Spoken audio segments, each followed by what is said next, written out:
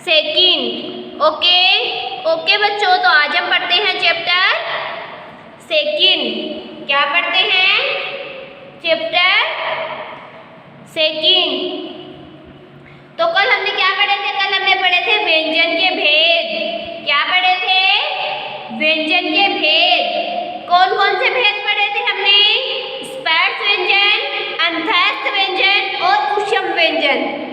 कौन कौन से पढ़े थे? स्पर्श व्यंजन, अंतस्थ व्यंजन और ऊष्म व्यंजन। ओके, आज हम क्या पढ़ेंगे? आज हम पढ़ेंगे संयुक्त व्यंजन। क्या पढ़ेंगे आज हम? आज हम पढ़ेंगे संयुक्त व्यंजन। क्या पढ़ेंगे? संयुक्त व्यंजन। तो किसको कहते हैं संयुक्त व्यंजन? किसको कहते हैं संयुक्त व्यंजन? दो व्यंजनों के योग से बनने वाले व्यंजनों को संयुक्त व्यंजन कहते हैं। दो व्यंजनों के योग से बनने वाले व्यंजनों को संयुक्त व्यंजन कहते हैं। जो संयुक्त व्यंजन होते हैं वो कितने व्यंजनों के मेल से बनते हैं? कितने व्यंजनों के मेल से बनते हैं? दो व्यंजनों के मेल से बनते हैं। दो व्यंजन के मेल से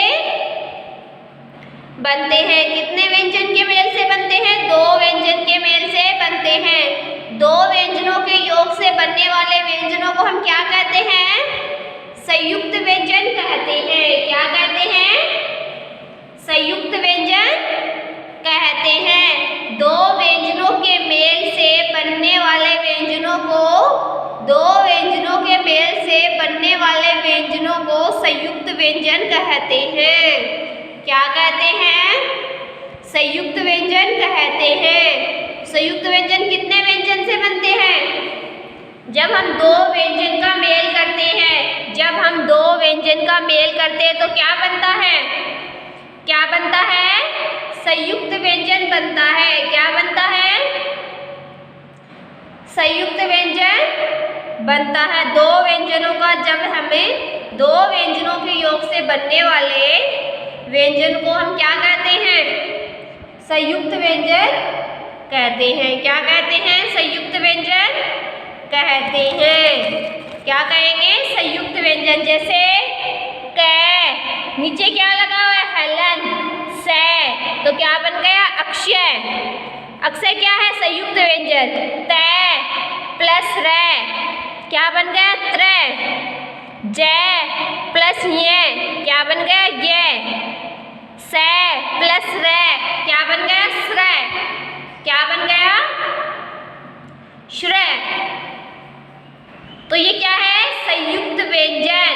क्या है? संयुक्त व्यंजन। जो किससे बने हैं? दो व्यंजन के मेल से बने हैं। जो कितने व्यंजन के मेल से बने हैं? दो व्यंजन के मेल से बने हैं। दो व्यंजनों के मेल से बने हैं। ओके बच्चों, तो इनको क्या करना है? आपको अच्छे से पढ़ना है। क, से अक्षय, तय त्रय, जय ये, से रस्रय। ओके, अब हम देखते हैं द्वित्व व्यंजन। क्या देखते हैं? द्वित्व व्यंजन। जब कोई व्यंजन वर्ण समान व्यंजन वर्ण से मिलते हैं, जब कोई व्यंजन वर्ण समान व्यंजन वर्ण से मिलते हैं तो उसे हम क्या कहते हैं? द्वित्व व्यंजन कहते हैं। क्या कहते हैं? द्वित्व व्यंजन कहते हैं। जब कोई व्यंजन वर्ण समान व्यंजन वर्ण से मिलते हैं, जब कोई व्यंजन वर्ण समान व्यंजन से मिलते हैं तो उसे क्या कहते हैं? तो उसे द्वित्व व्यंजन कहते हैं। क्या कहते हैं? द्वित्व व्यंजन कहते हैं।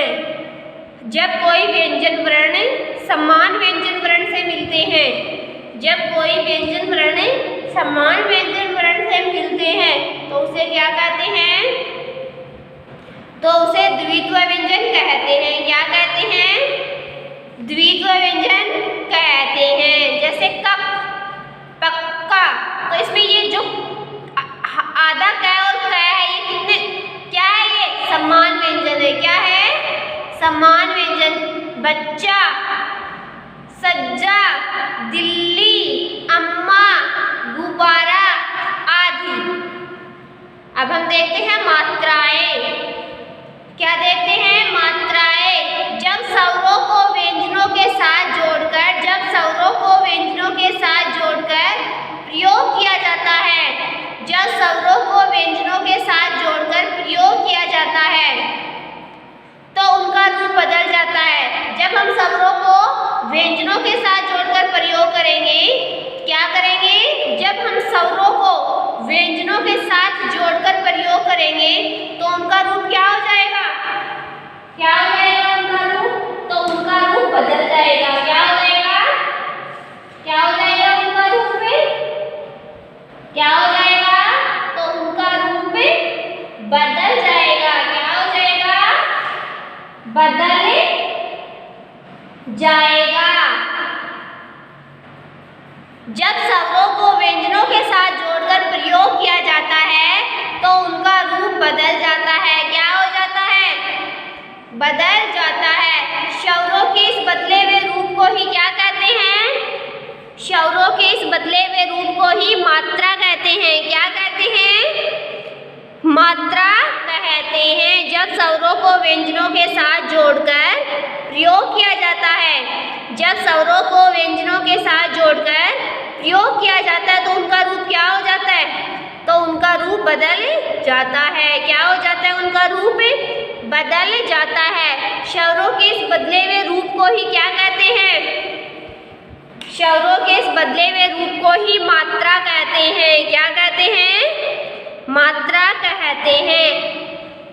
क प्लस ओ प्लस मैं प्लस ए ले प्लस ए तो क्या हो गया? कोमल। ए के अलावा प्रत्येक स्वर वर्ण की अपनी मात्रा होती है। ए के अलावा क्या होती है? प्रत्येक स्वर वर्ण की अपनी मात्रा होती है। ए के अलावा प्रत्येक स्वर वर्ण की अपनी मात्रा होती है। ए की क्या नहीं होती? कोई मात्रा नहीं होती। और प्रत्येक स्वर वर्ण की क्या होती है? मात्रा होती है। ए प्रत्येक व्यंजन वर्ण में मिला होता है। ए किस में मिला होता है? ए प्रत्येक व्यंजन वर्ण में मिला होता है। जैसे क प्लस ए, क। जब हमें व्यंजन से ए को हटाते हैं तो उसमें क्या लगता है? उसमें हलंत लगता है। क्या लगता है? ये ए क्या इसमें से हटा हुआ है और इसमें क्या नहीं लगा हुआ? हलंत नहीं लगा हुआ। च प्लस ए छ, पै प्लस ए पै। बिना ए के हम व्यंजन वर्ण को हलंत लगाकर क छ पै के रूप में लिख तो सकते हैं लेकिन बोल नहीं सकते। इनको हम लिख तो सकते हैं लेकिन बोल नहीं सकते। स्वर और उनकी मात्राएं। स्वर ए की क्या नहीं होती? कोई मात्रा नहीं। आ, ये किसकी मात्रा है? आ। ये किसकी है? ई। ऊ, सॉरी बड़ी ई। ऊ, री, ए, आई, ओ, आउ। ये क्या है? क्या है? इनकी मात्राएं। क्या है? मात्राएं। अब हम देखते हैं र के विभिन्न रूप। क्या देखते हैं? र के विभिन्न रूप। क्या देखेंगे? र के विभिन्न रूप।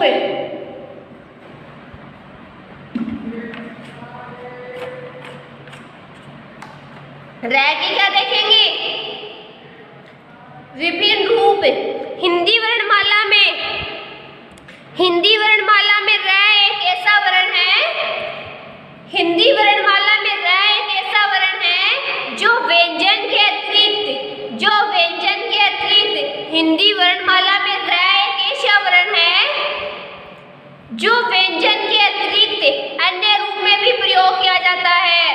हिंदी वर्णमाला में र एक ऐसा वर्ण है जो व्यंजन के अतिरिक्त अन्य रूप में भी क्या किया जाता है? अन्य रूप में भी प्रयोग किया जाता है। जब स्वर रहित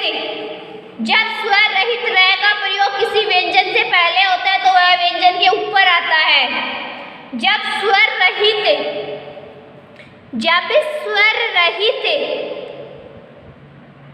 रै का प्रयोग किसी व्यंजन से पहले होता है तो वह व्यंजन के ऊपर आता है, जिसे रेफ कहते हैं। जिसे क्या कहते हैं? जिसे रेफ कहते हैं। जैसे करम, धर्म, वर्षा, स्वीकार्य आदि। जब रै का प्रयोग स्वर रहित व्यंजन के पश्चात होता है तो वह वर्ण की पाई के नीचे की ओर लिखा जाता है, जिसे पद्देन कहते हैं। जिसे क्या कहते हैं? जिसे पद्देन कहते हैं। जब रै का प्रयोग स्वर रहित टे, ठे, डे, ढे के बाद हो तब वह उनके नीचे लगाया जाता है। जैसे ड्रम, ट्रक, ट्राम, ट्रॉली। शब्द बनाने के लिए वर्णों को जोड़ा जाता है। क्या किया जाता है? जोड़ा जाता है। शब्द के प्रत्येक वर्ण को अलग अलग करके लिखने की क्रिया को वर्ण विच्छेद कहते हैं। वर्ण विच्छेद किसको कहते हैं? किसको कहते हैं वर्ण विच्छेद? शब्द के प्रत्येक वर्ण को अलग अलग करके लिखने की क्रिया को क्या कहते हैं? वर्ण विच्छेद कहते हैं। जैसे पुस्तक, पै प्लस ऊ, से प्लस ते प्लस ए, कै प्लस ए, पुस्तक। तिथि, तै प्लस ई, थे प्लस ई, तिथि। प्रकाश, पै प्लस रे प्लस ए प्लस कै प्लस आ प्लस से प्लस ए, प्रकाश। पर्वत, पै प्लस ए, रे प्लस वे प्लस ए प्लस ते प्लस ए, पर्वत। क्या हो गया? पर्वत। तो वर्ण विच्छेद किसको कहते हैं? शब्द के प्रत्येक वर्ण को अलग अलग करके, शब्द के प्रत्येक वर्ण को अलग अलग करके लिखने की क्रिया को वर्ण विच्छेद कहते हैं। किसे कहते हैं वर्ण विच्छेद? शब्द के प्रत्येक वर्ण को अलग अलग करके लिखने की क्रिया को वर्ण विच्छेद कहते हैं। वर्ण विच्छेद कहते हैं। क्या कहते हैं? वर्ण विच्छेद कहते हैं। ओके, नेक्स्ट क्या है? हमने सीखा वर्णों के क्रमबद्ध और व्यवस्थित समूह को वर्णमाला कहते हैं। वर्णों के क्रमबद्ध और व्यवस्थित समूह को क्या कहते हैं? वर्णमाला कहते हैं। वर्णों के क्रमबद्ध और व्यवस्थित समूह को वर्णमाला कहते हैं। स्वर 3 प्रकार के होते हैं। कितने प्रकार के होते हैं? 3 प्रकार के। कितने प्रकार के स्वर पढ़े हमने? 3 प्रकार के। कौन कौन से पढ़े? ह्रस्व स्वर, दीर्घ स्वर और प्लुत स्वर। व्यंजन 3 प्रकार के होते हैं। कौन कौन से व्यंजन पढ़े हमने? स्पर्श व्यंजन, अंतस्थ व्यंजन और उष्म व्यंजन। स्पर्श व्यंजन, अंतस्थ व्यंजन और उष्म व्यंजन। अनुस्वार का उच्चारण नाक से होता है और अनुनासिक का उच्चारण नाक और मुंह दोनों से किया जाता है। अनुस्वार का उच्चारण किससे होता है? अनुस्वार का उच्चारण नाक से होता है। किससे होता है? नाक से होता है। और अनुनासिक का उच्चारण नाक और मुंह दोनों से किया जाता है। किससे किया जाता है? नाक और मुंह दोनों से किया जाता है। अनुस्वार का उच्चारण नाक से होता है और अनुनासिक का उच्चारण नाक और मुंह दोनों से किया जाता है। तो आपको क्या करना है? क्या करना है? इस चैप्टर को अच्छे से पढ़ना है और अच्छे से समझना है। क्या करना है? इस चैप्टर को अच्छे से पढ़ना है और अच्छे से समझना है। ओके, इसको अच्छे से पढ़ोगे और अच्छे से समझोगे। ओके ओके बच्चों, आज के लिए इतना ही काफी है। कल हम पढ़ेंगे next topic. Okay, thank you बच्चों।